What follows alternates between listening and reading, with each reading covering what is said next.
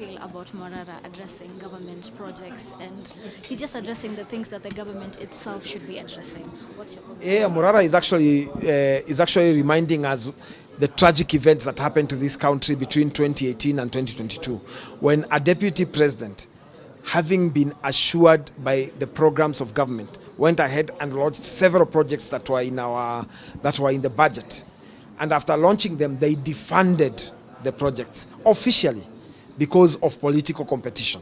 People forgot about the effect of these programs on the people of Kenya, and instead, as a government then, defunded those projects led by a one-time Minister for Interior, Fred Matiang'i, who went, if you go back to your archives, you'll see the videos of him saying, we won't fund those projects. So they officially defunded projects that were already budgeted and programmed under the manifesto of Jubilee then, where the deputy president belonged. So now he's president, and those projects are part of the plan. And I think Morara is doing a good job at campaigning for William Ruto to be president in 2027, because I can assure you all what he has done is put an encyclopedia or a work plan of the programs that William Ruto will have completed by 2027 in their majority. So that then in 2027, I hope Morara will go around and say, I'm sure what the script he will use then, and I can help him with an opening remark, will be, I said this and government did, because government will actually do. I love what he's doing. It is good to put government into account. It is good to put us under account. The only thing is, let him keep it as factual as he has kept it. Let him not go into the gray area of lies, which he hasn't done so far. If he keeps it factual, I love it, because I can assure you, those projects will be completed. All right, thank you very much, Dennis, and enjoy your evening. Thank you very much. You are not too tough. Thank you very much. My good people, welcome again to our channel, and of course I'm with Mokwate Informer and me it's Cyprian TV, and today we just want to have a serious discussion. A very serious one. I know you are so prepared. Hii mambo imekuwa mingi. Morara, so guys, Morara imebidi sasa tuongelelee mambo ambayo hatukutaka kuyaongelelea, lakini itabidi. So hapo jana tumeweza kumuona Dennis Itumbi. Dennis Itumbi amesema, ameambia Morara asanti sana kwa kumfanyia campaign wa president. Upende usipende atakuwa president, na zile project ambazo Morara ameweza kuexpose zilikuwa kwa mpango wa president kuzimaliza before 2027. So it means like ni kipindi wanatufanyia ile ya kungojea lala salama kutudanganya sisi wananchi. Na hayo mambo ndio tumeshinda tukisema kwamba hatuyataki kamwe, tumechoka kudanganya. Pengine wewe kwa mtazamo wako unahisi aje? One thing naweza kukuambia, wakati Itumbi alikuwa anaongea, mimi niliona mtu akona uoga. Watu ambao wameogopa. I get in this. He knows very well what he was saying as far as Morara campaigning for Ruto is concerned. It was first useless, second it's not applicable anywhere. There's no way you can say Morara's campaign for Ruto. It does not make him any popular in any way. It does not in any way. In short, it is just simply depopularizing him. That's what I can say. But anyway, I listened keenly on what some of the things he was saying. And basically his response was to capture what Morara has been doing in relation to the projects that he's exposing. So he was having a very nice defense mechanism, saying that William Ruto had launched those projects way back. And then now, because of the handshake government, some of them were defunded. That was one of the points that he had, defunding the project. So let me ask him this. What is the process of funding or defunding a project in this country? It is always in the budget, where it is taken to parliament. When it goes to parliament, the members of parliament pass it as a budget, and the money is allocated in parliament. So by the time these projects are allocated money, it's already like a law. It cannot be just withdrawn from the funding process. I mean, from the funding. No, the funds cannot be withdrawn. So therefore, and during William Ruto's time, they had over 150 members of parliament who are supporting who? William Ruto. So we expected that there was a bill, either in any way the budget committee in the National Assembly could have received a notification of withdrawal of funds from some of those projects. I get this. But what did these MPs of William Ruto do in the National Assembly? There is nothing. Did they raise any form of alarm that today they have brought a bill in parliament to withdraw some of the funding for various projects in the country? They did not do that. Yes. Are you getting what I'm talking about here? Some of the projects that William Ruto launched at that time, they were launched while he was already, while the handshake was already in place. Are you getting this? Yes. Which means there's a high chances that those projects were even made up by himself.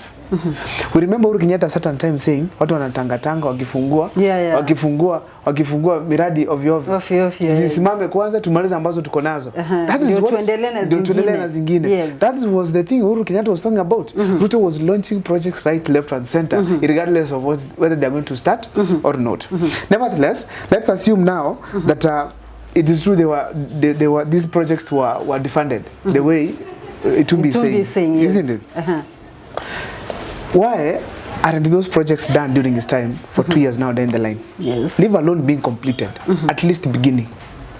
Why aren't they done to Jue Sasa? They defunded these projects. The moment Ruto got into office, he funded them. Have they funded them? No. No. Those projects are stalled. Leave alone the issue of even now, Ruto's time. He has also launched projects, fresh projects during his time. Fresh ones. Not from 2018. Not even from 2018. Not from 20. Yes, fresh ones. Let's go to this one here from the one for fisheries in Sierra County. That project, it was launched during his time when he had a journey to that place. Upon launching it, it has not started anywhere. Is that Uhuru Kenyatta who defunded it? No. Is that Matiang'i who defunded it? No. It was not the case. So therefore, in short, miti yote na Teresa. Amejaribu kushikilia hapa kuna Teresa. Kuja hapa kuna because it is very clear that these projects that William Ruto is launching, some of them have also been funded. I get this. Yeah. There's a road Morara exposed, which has been paid about 80% of the money has been paid, but the project has not even started. 80% has been paid.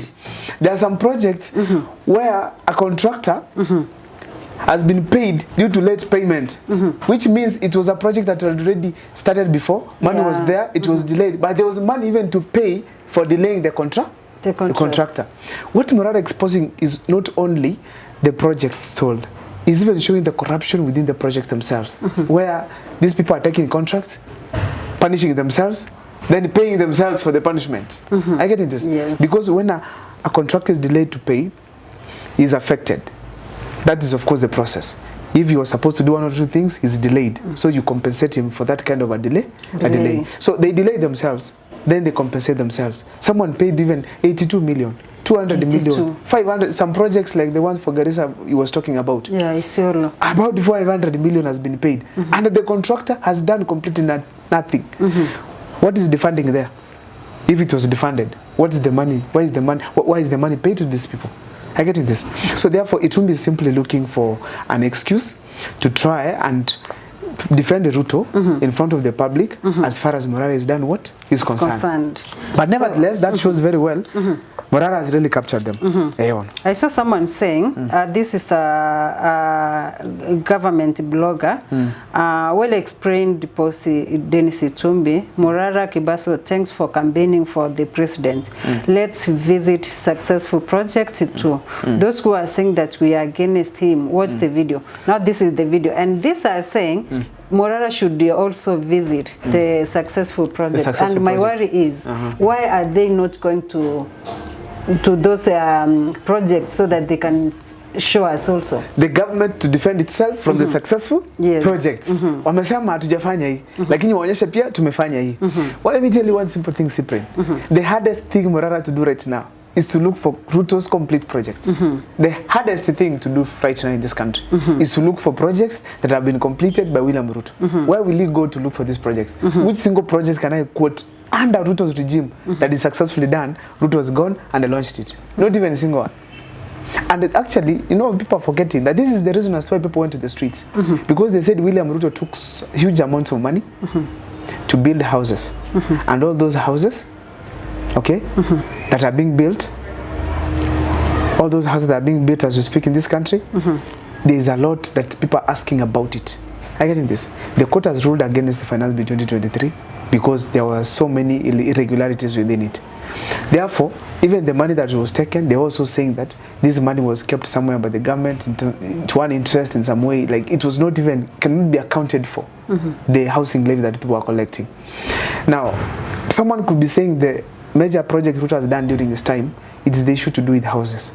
houses, it's not complete until Kenyans are in those houses.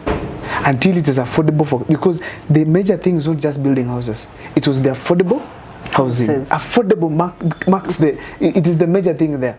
Affordable, so that Kenyans can have ability to have a place to live. But now, it is no longer a project that is complete until it's affordable for the people of Kenya.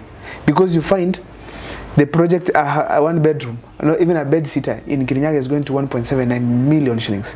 Where are the people of Kirinyaga going to get the money to buy such houses? It is completely impossible. It can't work. The government has completely failed. That makes it hard for even Morara himself to get out and go and look for these projects where they are finished. Leave alone that. It's a shame. For instance, I'm just specifically talking about a project which you might claim to have completed. That is housing. It's a shame to launch houses of government where there are similar houses of government that have been built already, just require painting, furnishing one or two things, and making them people to stay just beside them, and they are not even settled, and they're building others here. Why don't you first finish these projects, then allow, now as you finish this, because it's the same government. Yeah, the government of Kibaki, the government of Ruto, the government of Uhuru, that is Kenya's government. Therefore, they keep continuing the process that was there before. Where did they take the money that could have finished these other projects? Why aren't Kenyans staying in the other houses? We don't want a government that steals in the name of projects. That is what Morara is telling us. Money is taken, the stolen form of taking projects. Yes. Oh, I just want to read 2 to 3 comments.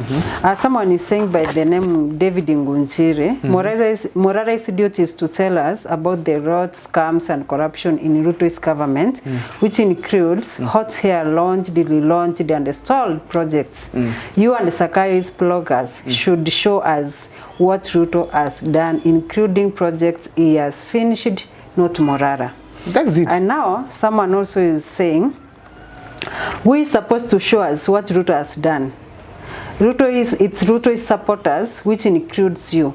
Get a government-sponsored Land Cruiser with mounted speakers and visit those projects and show us. Yes. It's simple as that. Unfortunately, none to show because Morara will debunk Uru's government completed projects from the conman and stated corrupted projects. There is none proof Morara wrong by showing us Ruto projects.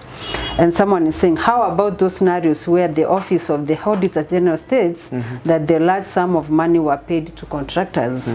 And now someone, my friend, Kenyans are not fools.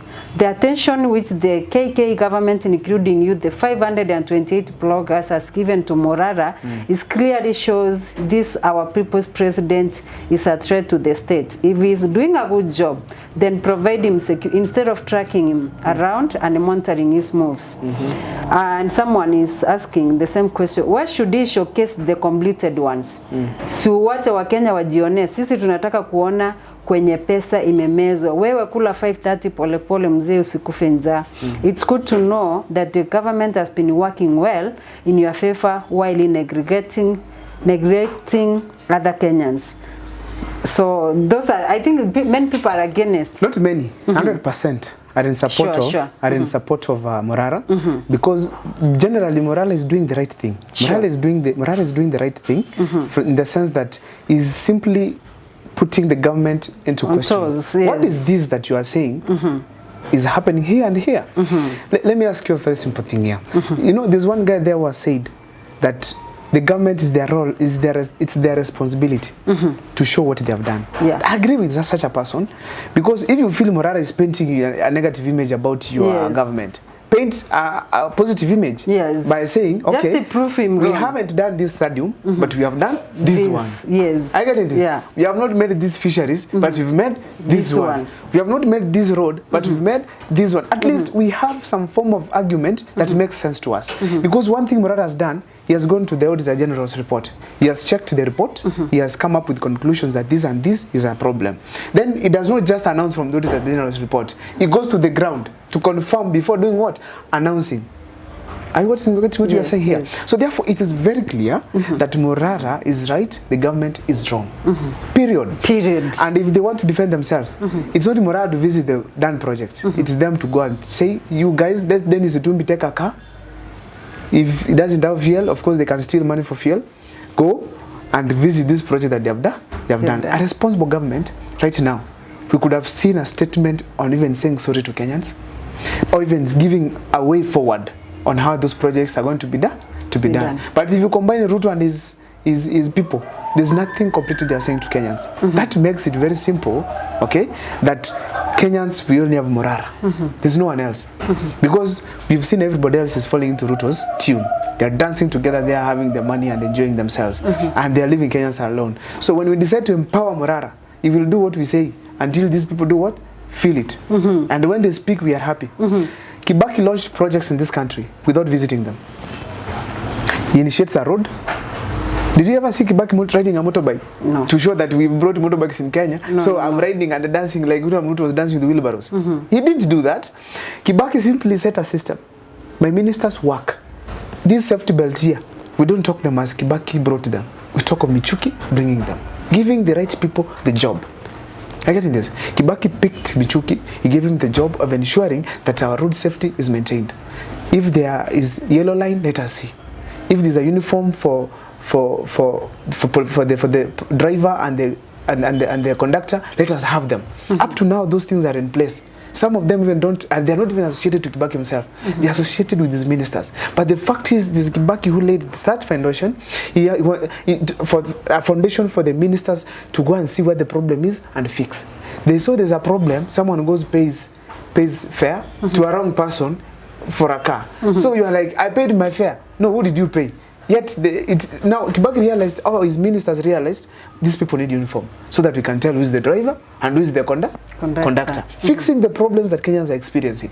We didn't see Kibaki wearing a conductor uniform, saying that I'm now the conductor, or maybe driving, even if it's a matatu, that we have launched a uniform. It's only Ruto who is surprising us, going to a house to just... Anyway, that's a story for another day. That's a story for another day. So Timukua, sijui labda pengine kama uko na comment ungependa utuambie hapo ama utuelezee vile unavyofikiria kumuhusu Dennis Itumbi. Yeye Dennis Itumbi kwa maoni yake amesema kwamba Morara anamsaidia president kufanya campaign na hapo ameuza sera zake. So sijajua ni sera gani ameweza kumuuzia our president, but hapo baadaye tutaweza kujua.